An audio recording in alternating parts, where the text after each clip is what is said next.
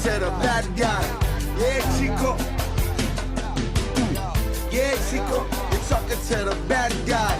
Toothpicking your eye. I'm that guy. Hey, y'all. Look, something happened to these, something happened to you, okay? What's going on, everybody, man? It's Coach Boz, McClellan, man. I got a very special guest here on SMACM World. Introduce yourself, please. My name is Francisco Boo Hardy. Man, Coach Hardy is the head basketball coach at Harrison Central High School, man. How long you been there now, Coach? This is my 15th year there. Time flies by, man. It does. Time flies by, man. He was my basketball coach when I played a long, long time ago. So, yeah, he's been in the game for a long time. But, man, before we start the interview, Coach, man, you know I got to give you your flowers, man. You was my basketball coach back in the day, man. Just appreciate what you've done for me. You was the first person who told me how to dunk, man. You told me to do toe raises, man. I got my first dunk at the end of my 9th grade year threw the ball up, let it bounce, and I dunked it. You said do as many toe raises you can, do them till you fail, man. You know, that was just one of the things you told me how to be better as a player, man. Just love what you're doing for Harrison Central in the community. We from the same neighborhood, so we know we have a pride about Sirius City, man. That's you know, right. I stick my chest out every time, you know, you was making to those Final Four runs and winning those district championships, and I just really appreciate you being a coach and just molding the young men and being a great husband and a great dad. Now, you know, I always try to model for people that came before me that I thought highly of, and I always think highly of you, Coach, man. I just appreciate you coming on the show, man. No problem. I appreciate you inviting me. But it goes back to you have a really good memory, because I do remember you telling you to do all those toe raises. Yeah, man. Yeah. That was one of the things that, you know, helped us out when we was coming. Right, man. I used to do thousands of toe raises, man. Helped my speed as well, too. So, yeah, get on that beach and run and do those toe raises, man. So, he was the first person ever tell. I was in the 7th grade, man. 7th grade, I did them toe raises until I could dunk, man. And I finally got it in 9th grade, man. And you just mentioned the beach, and yeah, I was just telling some of our guys today, you know, I was fortunate to have the beach 3 blocks away from my house, because, you know, that was one of the things that helped us along the way. Absolutely. As far as, you know, not running on the edges of sand, but running in the middle of the sand. Yeah, in the middle, man. I would run in that sand for, you know, from all the way, people that's not from Goodport. So Jones Park, I would just walk there, go to Jones Park, start at the end, and go try to run all the way to Tea Garden Road, man. And like just run it to failure until my body just you can't do it no more. My back will tighten up or something like that. But it's been times where I didn't look up. I'm like, man, I done ran this far. But that sand really it really helped me as an athlete, man. It definitely did, man. Yeah, I don't want to go back to them days, though. I ain't going back in that sand. But Coach, man, you had an illustrious career, man. We're gonna talk about your playing career as far as your high school and college, and you even got an opportunity, you know, to even try out and make it in the NBA, man. Let's talk about your high school career, man. How did it start for you, man? Let's tell it in your eyes. Well, it goes back way before I was in high school. Mm-hmm. My grandmother, she worked at B. Frank Brown Gymnasium. Oh, wow. So, and she was there for years, okay. And some of the things that she used to do during the summertime is take me to help her work. And while she was at work, as a little kid, about 6 or 7 years old, I would walk up for her practice. Oh, man. And then I would be like, hey, one day. And you know, at the time it came, I watched everything that they would do. Mm-hmm. And then I would go home to the center and try to model it. You know, try to do everything. Winterlock Community Center, yeah. That's right. That one and 2nd Street. 2nd part. Street too, right. So those 2 parts that, you know, I would try to do whatever they did. Mm-hmm. And then Coach Jenkins, you know, one thing he didn't do, he didn't change things up. Okay. So the same thing that they were doing when I was like 7, 8 years old, they were doing when I was in high school. So I kind of perfected. Right, man. That's the Coach. I didn't know that. See, that's why I love bringing people on the show, man. They tell us their journey and how it was for you. So, like you said, we stayed in Sirius City, so we was right next to B. Frank Brown. And me and my brother would always run down to B. Frank Brown just to watch them practice, man. That was just a big deal. I can't wait to walk up them stairs and run down those stairs when they turn their music on for the Harlem Globetrotters to run out, man. You know, that was just something, you know, real special, man. And then you go. I just remember just going to able to grace the locker room where you played and where you got dressed out and got ready to play, man, and see that big state of Mississippi and on the way to Jackson, man. That was just something so special to me. I know it was special to you as well, but So you finally get up to high school, man. You know, you kind of told us how you was as a young man. Opportunity to come in. I'm assuming 10th grade, because 9th grade freshman, you was still Central Junior High. It was still Central Junior High at the time. Yeah. 10th grade year, I made the varsity team. I was a reserve. I got you. I would come in and play, and you know, then the guys that were starting, you know, it was basically their team, mostly seniors. And then I got the opportunity to play a whole lot at the end of the season because I proved that, you know, I should be out there. So I started playing, my minutes started going up. Right. And then my junior year, I started, but we was a small team, so actually I played the 4-man. Got you. I didn't care where, you know, wanna get on that I just floor. wanted to be on the floor. Absolutely. So I had to do the things to go and rebound, even though naturally I was a guard. Right.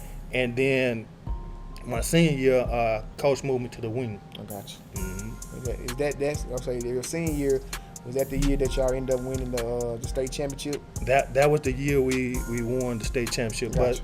But my junior year, we actually went to the state tournament and lost to the defending state champion, Murray Mustangs, by 2. So we were there as well, but then we lost to them in the semifinals. I got you. Okay. And then they ended up and winning the next game to win the state. So Gotcha. in our mind, we've been there. We got a piece of the pie. Right. We know what it tastes like. Now let's do Absolutely. it. So we end up winning our senior year. Man, yeah, Coach. I remember when you was coaching, when you first started coaching, you was teaching and coaching at Central Middle School. I was a student there, and you had brought. We couldn't go outside or something, and so back in this is gonna take us back. You had to roll the TV in the gym, so we had to roll the TV in the gym. And Coach said, "Everybody come watch this tape," and you pop that tape in, and it's Coach Hardy and Mac Mood playing, and we seeing the WLOX highlights, and we was like, everybody was like this, like, Coach Hardy, you can do that. I still can do it. What you mean? Like, and then, you know, it was just like, man, you can't do that no more. And quick story, you know, you tell a story to everybody. So I said, man, Coach, you too old to do that, man. You can't do that no more. Shabazz come over here and play me one-on-one. So I get the ball first. This is a story within the story. So I get the ball first. I shoot a 3. I make it. Boom. I'm just talking. Oh, Coach, you can't hold me. You too old. I told you. So he started playing for real. Coach got up in my pocket. I can't create my shot. I'm not advanced like that. Coach took my right away and made me go left. I went left, locked my shot, got the ball, made 5 straight threes in a row, and told him, don't ever call me old again. And he tells that story to all his coaching buddies. Like, anytime we were around, I just laugh. I said, man, it's true, man. He shut me down, man. I couldn't do that. I never called him old again. Still won't call him old to this day. But yeah, man, that's definitely was definitely a great time, man, just to see you play in those years, man. There's 2 things I want to ask you, man. How was it to you back in the day to play in the B. Frank Brown, that atmosphere, man? Again, it's nothing like it. Still today, people still talk about B. Frank Brown Gymnasium and the games that were played in. Yeah. And it was to the point where we had the #1 team in the state. And B. Frank Brown could not hold our games, so we were playing our games at the Mississippi Coast Coliseum. People don't know that, Coach. A lot of people don't know that. Yeah, we were playing a lot of our games at the Mississippi Coast Coliseum, and they had a professional team, and it was the Mississippi Jets. Okay. And we played before the Mississippi Jets. Oh man, I didn't know that. So it was a lot of games that, you know, that we played at the Coliseum because B. Frank Brown, you know, big as it was, couldn't hold a crowd. They was turning 500 to 1,000 people around at the door. Oh yeah. I remember one time that I was kind of running late, and the line was so long, and I had to, you know, just kind of ease my way in to get to the dressing room before Coach, you know, knew that I was late. But I was amazed about, you know, how the crowds were back then. So you had to be there to experience. You had to be there, and it continued to go on to like the early 2000s where that atmosphere was crazy, man. The games, you had, you know, games almost going to 100 points. You had both teams that whoever y'all were playing, they would try to match our level, and you know, it definitely. Well, basketball in the late 80s through the 90s was a hotbed on the Mississippi Gulf Coast. I mean, you had guys like one of my close friends, Mahmoud Abdul Rauf, my teammate from junior high. He was the number one point guard in the nation. Right. And then you would go right across to Moss Point. You had Lateria Green. Yeah, he went to Georgia. That played at Georgia and played both of them played in the McDonald All-American game in the NBA. Yeah. So I mean, you had guys like that was along the coast, along with other good players. Right. That played high school during that time. It was deep, man. You played in the. I always say you played in the best era, man. In that 80s and the early 90s. That was just crazy, man. What was your most memorable game playing in that state championship run your senior year? Well, I can recall when we played Biloxi in the South State. The gym was packed. Yeah. And that night I was on. Yeah. I was on. And then, you had all kind of coaches in the arena. And I had 3 dunks that night. Yeah. I can remember them like they were yesterday. The first one I kind of snowbird. Yeah. And I dunked it with 2 hands. I got you. Then the next one came off the rim. Ooh. And I dunked it back in with 1 hand. Nasty. And then the last one, and this guy that was the newscaster, named Dick Stapleton. Okay. He like, do it for me, boo. And I dunked and took off and dunked on the guy from Biloxi. Ooh. So I mean, that was one of the most classic moments, man. memorable high school games that I played in. So you mentioned Mahmoud earlier in the interview.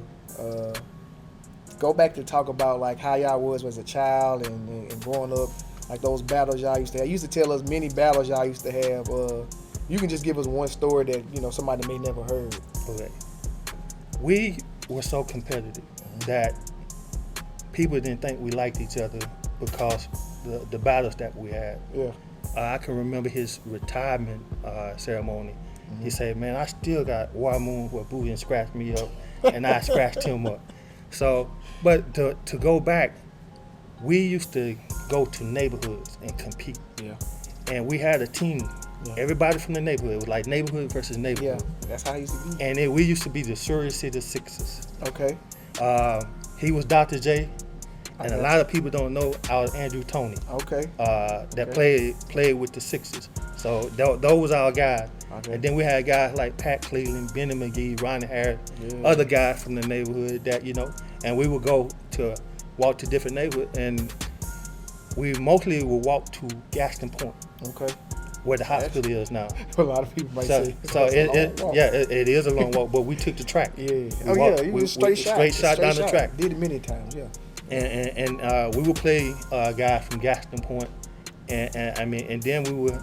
Back then, the hospital, we probably had about $1 between all of us, and we would go to the hospital and share a drink on the way back.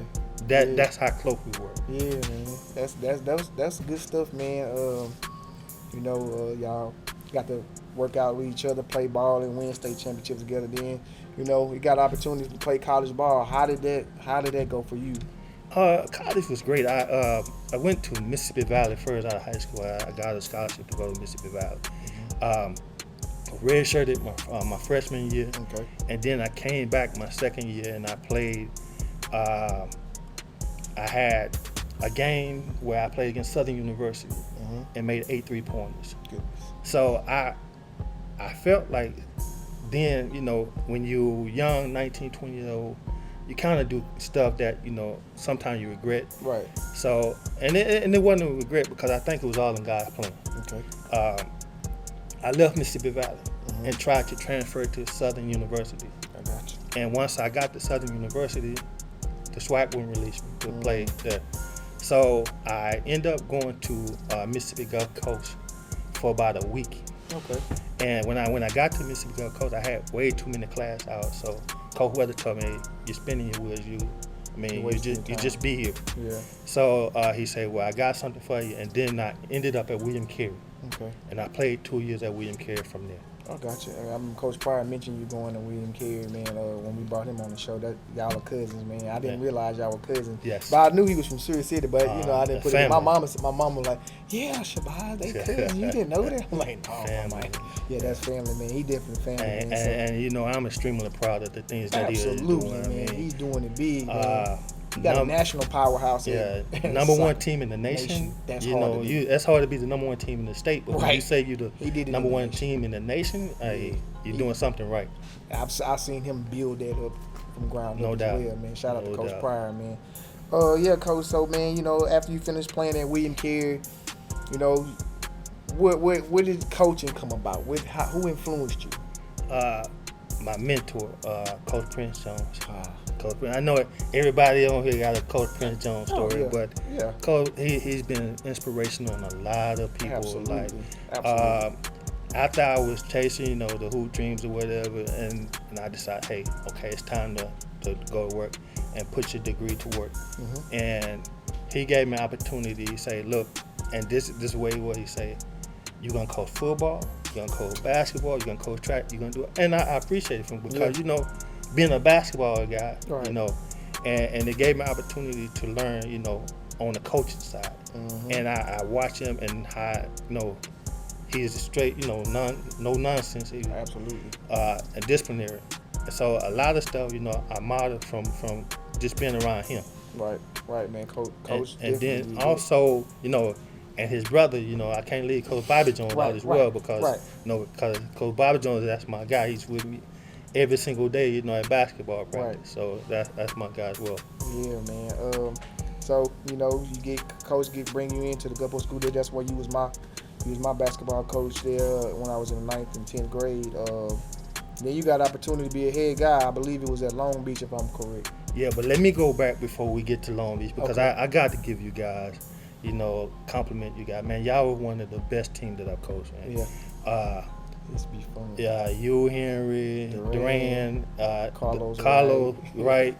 I mean, y'all will have more people at some of the high school games at the game. And I mean, who coach a team that throwing lobs and alley-oops at ninth graders right. and then the crowd going crazy. Y'all on the court. Y'all dunking 3 and 4 times a night as ninth grade team. Yeah, it was fun. So yeah, you definitely had a great team. And then y'all end up winning the district championship by 30-something points. Yeah. Yeah. So we was beating up on a lot of teams, man. It was I will say this: it was one game that I thought we was gonna lose. It was to Moss Point. We had to go to Moss Point right before the Christmas break. They gave us everything they had. We ended up beating them by like 5 points or something like that. But they fought us to the end. But everybody else, we was beating by 20 points. Man, I used to throw a whole bunch of oops. That's right. Whole bunch of oops, man. Played good defense. We used to smash people.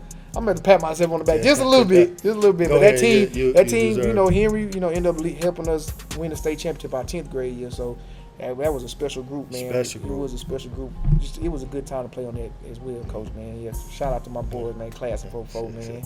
Go for high school. But yeah, Coach. But back on you though. Got the job at Long Beach, man.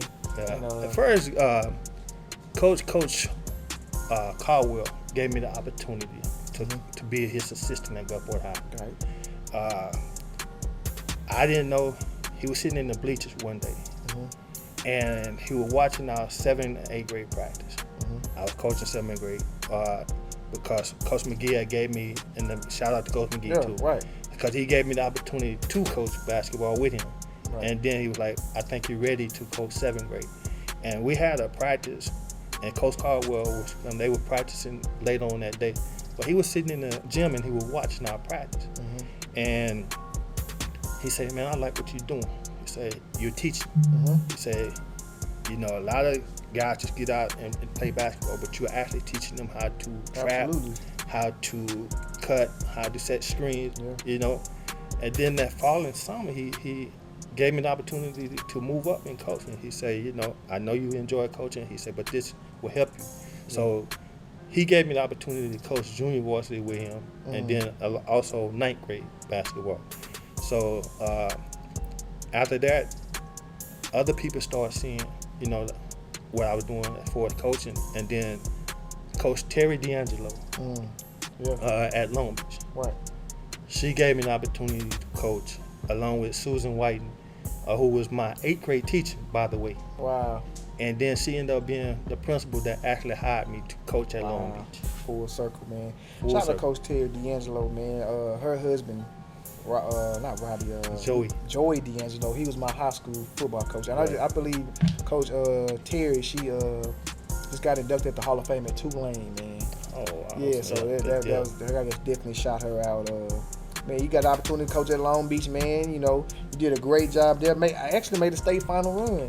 We did the first time in the school history, but Yeah. it was our first year. I mean, I can see the potential in these guys. I Yeah. saw the potential. We only won 6 games, but Wow. I was proud of the guys because every game that we played, Close. we were in it. Right. And I had one senior. Mhm. So I told the guys, I said, listen, you know, we're playing everybody to the point where, you know, it ain't the old Long Beach. Yeah, Where everybody yeah. just come in and Right. that ain't happening. So we was playing team close, and then the last game of the season, we were playing Biloxi Indians, and they were the #1 team in the state too. And this was whether you go on or your season is over. And we were 15 at halftime at Harrison Central. Wow. 15 points at Harrison Central, and they ended up beating us. But that was a motivational factor Right. that got us to where we wanted to be the next year. Yeah. And that following year, we won 25 games, Yeah. lost 6. First time in the school history to go to the state tournament. And in the beginning, the phone call used to be coming, you know, want to play you. Yeah. And then I'm sitting there looking at the phone. You gonna ring? the phone calls slowed down. Yeah, they slowed up on it, man. But I mean, but again, that was to the the guys at Long Beach, and you know, we put a team together. I had Coach Keith Warren, rest in peace. Coach Keith Warren. Rest in peace. He trained me a lot in high school, and college, so I knew what type of shape that I was in when I was going off to school. Absolutely. I knew I wanted my guys to be the same way. Coach Freeman Hines, he was another guy. Yeah. So and you know, and Freeman, you know, I come home from college one time and I watch how he's training these young guys in his yard, and I said, man, I need him. So it's all about building. And then I had another coach named Coach Anthony Williams at Long Beach as well. Still there. And we came up with a plan. Yeah. And the guys, they bought into what we wanted them to do, and they saw the success. Yeah. Man, shout out to Coach Williams, man, Coach Freeman, and then Coach Warren, man. He's the reason why I train, man. He pulled me to the side, man. Bonds, man, I can show you the ropes. He just gave me everything, you know. That's He why I was that type of train guy. now. He just gave me everything, you know. Definitely miss Coach Warren, man. Coach Keith Warren, man. Call him on. Yeah. Yeah, man. So, you know, with that success at Long Beach, you use it as, I guess you could leverage. You know, some of the bigger schools start calling. That big school is where you at now, man. Harrison Central High School. They want you to come on, man. How did that go for you? Every job that I've gotten, it's a blessing from God. Absolutely. It's a blessing from God. Absolutely. And it was just the right time. Mhm. The right time. Coach Stone had gotten the Gulfport job, so that left the Harrison Central job open. Right. And it happened to, you know, come my way. Yeah. And again, I've been there ever since 2007, 2008 school year. Yeah. And then we've done some great things at Harrison Central. Absolutely, man. You had multiple Final Four runs, man. Got some great players. Signed to the next level. You've been able to help kids extend their academic career. I could keep going on and on, Coach. Man, you've done so well. You've just been elected to the Gulfport Hall of Fame, so I want to congratulate you on the show, Appreciate man. it. I wish I could have made it, man. I wish I could have made it, Coach, but I couldn't. But you know, it's all love, man. You know, I was the first one to congratulate you, man. We was my Hakeem said it as well. He wanted me to extend that to you as well, man. I told him you was coming on the show, man. So, Coach, man, you've been doing a great job, man. How long you think you got, man? I mean, you're over 25 years of coaching, man. How long you think you got? I'm still having fun. And the good thing about it, I started when I was young. Yeah. 23, 24 years old. So, I mean, I may be old in the coaching. I'm not going to say that. Yeah. But I ain't going to say you're old. But I ain't going to say you're old. But I'm still young at heart as far Absolutely, as doing it, and I'm still having fun, and I'm enjoying coaching and helping kids get to the next level, and also trying to be inspirational. Absolutely, Coach, man. Absolutely, man. Yeah, you know, you got to represent for our hood, man, our neighborhood, Surrey City, man. You know, I've been trying to get up as many as my people that are my peers, my you know, people I looked up to. I wore 11. I believe that was my 10th grade year. You already know why I wore 11, man. Yes, indeed. Couldn't wear 23. That 23, that's you know, that's Seneca back in the day. Seneca wore 23 or 4 was Leroy. But I said, man, I'm gonna get Coach Hardy, man. Coach Hardy gave me the game first, so I'm gonna get that number 11, man. I wore that. But man, Coach, man, I wish I could keep you up longer, man. I ain't gonna hold you long, man. I really appreciate your time. Don't let it be your last time. Come on here, Coach. No, it won't be, man. Man, I'm sorry that you know the time. No, you a busy man, Coach. We got it together. Man, we did, Coach. Man, I finally got you on, man. And it's a blessing, man, that you came on here, man. My name's Bob McClellan, man. Coach Hardy, man. Coach Young Hardy. We're gonna say that, man. Appreciate you, Coach, man. Appreciate you, man. See y'all next time, man. Yeah, Chico, something said a bad guy. Yeah, Chico. Yeah, Chico, you're talking to the bad guy. Toothpicking your eye. I'm that guy. Hey, y'all. Look, something happened to these, something happened to you, okay?